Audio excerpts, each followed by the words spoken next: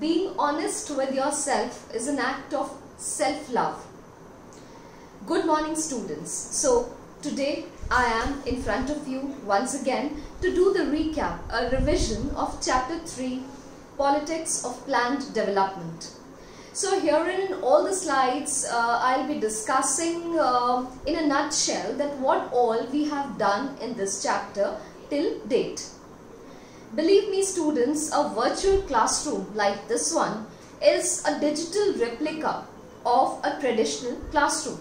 The teacher is expected to guide through various topics and the students are expected to ask doubts if any. Since I haven't received any doubts from you till date, so I am taking it that you are able to understand everything. Moving on to our first slide.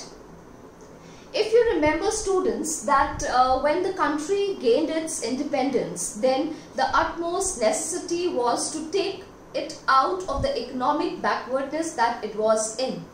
After the constitution was framed and the democracy was achieved, it was planned that there has to be a development, and for that a planning commission was set up. And moving on to the first slide and reading a section for you. In a democracy or in a democratic country, the final decision must be a political decision taken by the people's representative, and that is why it was guaranteed by the government that the people must take part in democracy and the development plans should be such that they do not hinder the democracy of the people. Moving on to our next slide.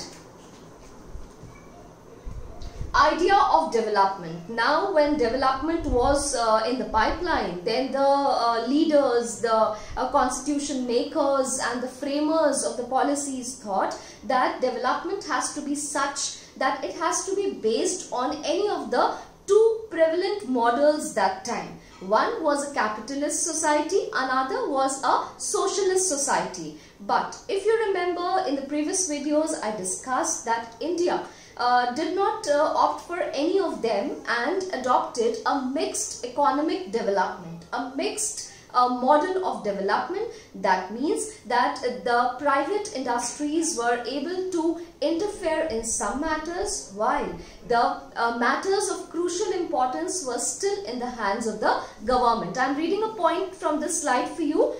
It says development was about becoming modern and modern was about becoming more like the industrialized countries like USA.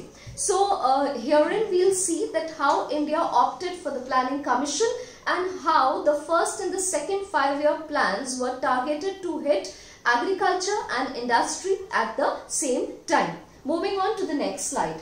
Planning. Despite the various differences, there was a consensus on one point that development should not be left to the private sector alone. And as I told you that some of the state policies and some of the matters were given to the private entrepreneurs, whereas there were some crucial vital matters and some heavy industries which were taken over by the government.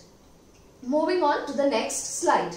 The early initiatives included the first 5-year plan. As I told you that the first 5-year plans were basically targeted to increase the agriculture production. We need to remember here, students, that ours is an agro-based economy. That means that at the time of independence and even after so many years after independence, our economy was totally based on agriculture, and therefore the first 5-year plans were you can say framed in such a way that they should increase the agriculture production, which was the backbone of the economy.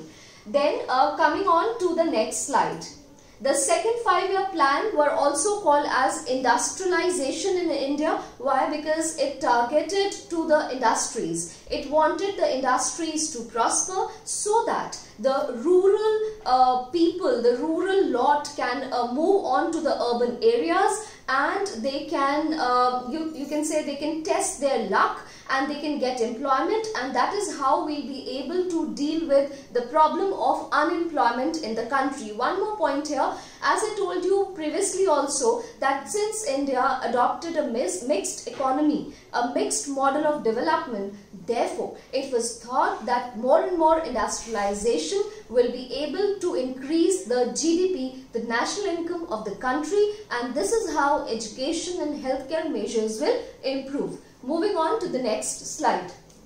Agriculture versus industry. So the first and the second 5-year plan with the agriculture development and industrial revolution vice versa were able to provide a criticism to the people, and they were able to make their viewpoints. So this is how there was now you can say a discussion that whether it was agriculture which is serving us well, or it is industrialization which will take our country to a different tomorrow. So when it comes to agriculture and industry, after the first two plans, agriculture could not develop at an appreciable level, and therefore it was thought that industrialization is a must. Some others thought that without a drastic increase in industrial production, there could be no escape from the cycle of poverty. I'll tell you one thing, students, that whenever there is a revolution, whenever there is a change, it is very bitter in the initial years. People are not able to digest that change. Why? Because it is a change. Okay, but change is the spice of life, and that is why when this revolution took place between agriculture and industry, the people had different public opinions. Some thought that agriculture is better to develop, whereas others thought that without an industrial revolution, our country can never progress. Moving on to the next slide. Public versus private sector. As I told you that now the government's role was hindered, and it was supposed to intervene only in the key industries like steel, iron and steel, or heavy industries where the core is concerned, or maybe defense services, etc. And that is why that made a comparative study between the public and the private sector. Before studying a comparative, you can say a comparison between the two, we need to know that a public sector is government oriented and the private sector is oriented by individuals. A private sector would always have its, you can say, wish or goal to make profit, whereas a public sector's goal will always be to provide maximum benefit to the people. It is ought to design itself in such a way that there are lots of facilities for the general people, and they are able to avail those facilities. Moving on to the next slide. 5-year plan and major outcomes. The early initiatives for plan development were at best realizing the goals of the economic development of the country and the well-being of all its citizens. I hope that you'll agree that all the makers of the constitution, the leaders, the politicians, the bureaucrats had a very common goal in their mind, and that was the welfare of the people, because ours is a democracy and not a dictatorship. So along with development, the leaders needed to remember that development and democracy must go side by side, hand in hand, so that the development process are designed in such a way that they do not hinder the democracy of a person. They do not hinder a right of a person, and he is able to enjoy the rights in his own country. Moving on to the next slide. Economic foundation. If you remember, in the previous video we had discussed about the economic foundations, wherein I told you about the food crisis and how it led to another couple of revolutions like the green and the white revolution. So during the first two foundations of India's future, economic growth were laid down, and now dams were being constructed, and it was thought that how we can make a best use of our available resources. Some of the major dams which were constructed in this phase were Bhakra Nagal Dam and the Hirakund Dam. Some of the heavy industries in the public sector, steel plants, oil refineries, manufacturing units, defense production were started during this period, and infrastructure for transport and communication was even started. I told you in the previous videos also that transport and communication is a part of a tertiary sector. Moving on to the next slide. Land reforms. Colonial system of the zamindari system was abolished. If you remember, we had a discussion over the land reforms, the kind of settlement of land in India, and as I told you that it was irksome. That means it was in the worst of its conditions. It was not just one person to another person, but it was from one generation to another generation that the people were tied up with a pact, with a contract with the landlord. And when you consider the image of the landlord, he felt that he was next to the god, and that is why the people felt irksome at the hands of the landlord. So this was one of the major problems that the government needed to tackle. Why? Because this settlement of the land reforms was awful in our country. Moving on to the next slide. Green and White Revolution.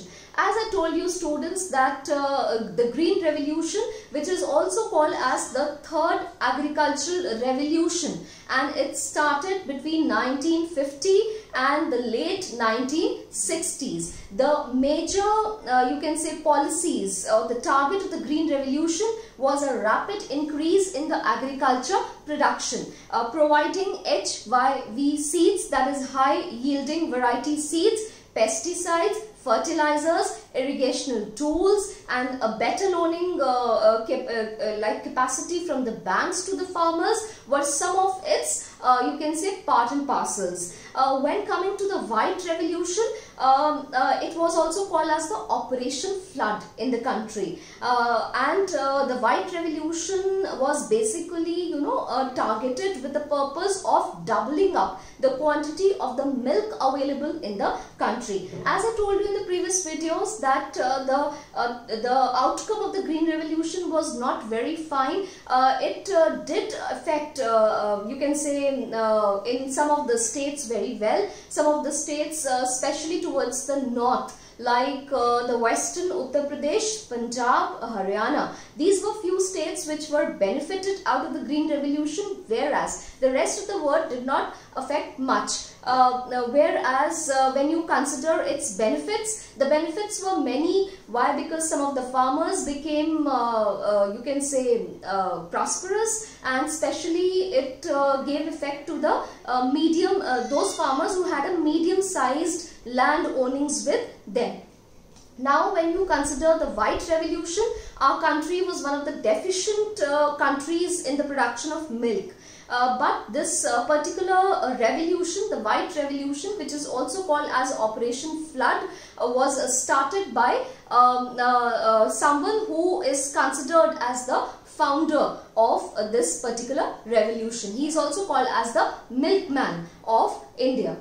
So moving on to the next slide, the period from 1967 onwards witnessed many new restrictions on the private industry. 14 private banks were nationalized. This is the last slide of the recap, and herein I'll tell you that when you consider that whether the government was able to mark its beginning with the private sector or not, then the people were not very happy with the private sector. Why? Because its goal was to earn profit and not to provide facilities to the people. So many of the banks were nationalized in this era, and this was an era where Indira Gandhi emerged as a powerful leader after the death of Pandit Jawaharlal Nehru. So herein we'll see that what all initiatives were taken by Mrs. Indira Gandhi, and apart from that, it was seen that the government can now intervene in the major key industries and play its role. So the presence of inefficiency, the corruption, etc. forced the people to lose faith in the government.